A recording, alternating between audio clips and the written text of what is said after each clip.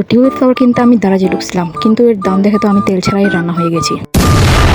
কেননা এই ফুলগুলো আমরা বাসায় বসেই বানিয়ে ফেলি। তো এখানে আমাদের 50 থেকে 90 টাকা পর্যন্ত খরচ হতে পারে। তো এখন এর জন্য পাপড়ি বানিয়ে নিচ্ছি চামচ দিয়ে। আমি টিকটকে অনেকগুলো টিউটোরিয়াল দেখছিলাম চামচ দিয়ে যে ওরা পাপড়ি বানাচ্ছিল।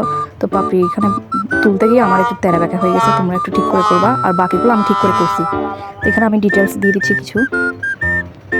পাপড়িগুলো করার সময় তোমার এই জিনিসটা খেয়াল রাখতে হবে যে উপরের দিকটা যেটা আছে ওইটা চিকন রাখবা, আর নিচের দিকটা মোটা রাখবা। উপরের দিকটা লম্বা আকার হবে, নিচের দিকটা একটু গোল আকার হবে। এভাবে করলে পাপড়িগুলো একদম পারফেক্ট হবে। ফার্স্টেরটা এত ভালো হয় না, কিন্তু পরেরগুলো দেখতেছি একটু ভালো হয়েছে। তো এখানে হচ্ছে আমি পাতা কেটে নিচ্ছি, আর যেটা ডাটা আছে ওইটা হচ্ছে আমি কাগজ দিয়ে রোল করে বানিয়ে নিয়েছি। এরপর হচ্ছে এগুলো সবগুলো আমি রং করে নিব।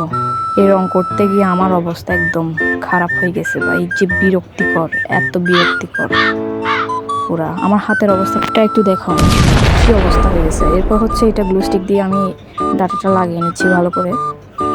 তোমরা হচ্ছে এটা গ্লু স্টিক দিয়ে করবা, এমনি নর্মালি গ্লু দিয়ে হবে না। তারপর এখানে হচ্ছে আমি একটু শেড দিয়ে দিচ্ছি নিচের দিকে, যাতে এটা দেখতে আর একটু ভালো লাগে। এরপর পাতাগুলো আমি লাগিয়ে নিচ্ছি ভালো করে।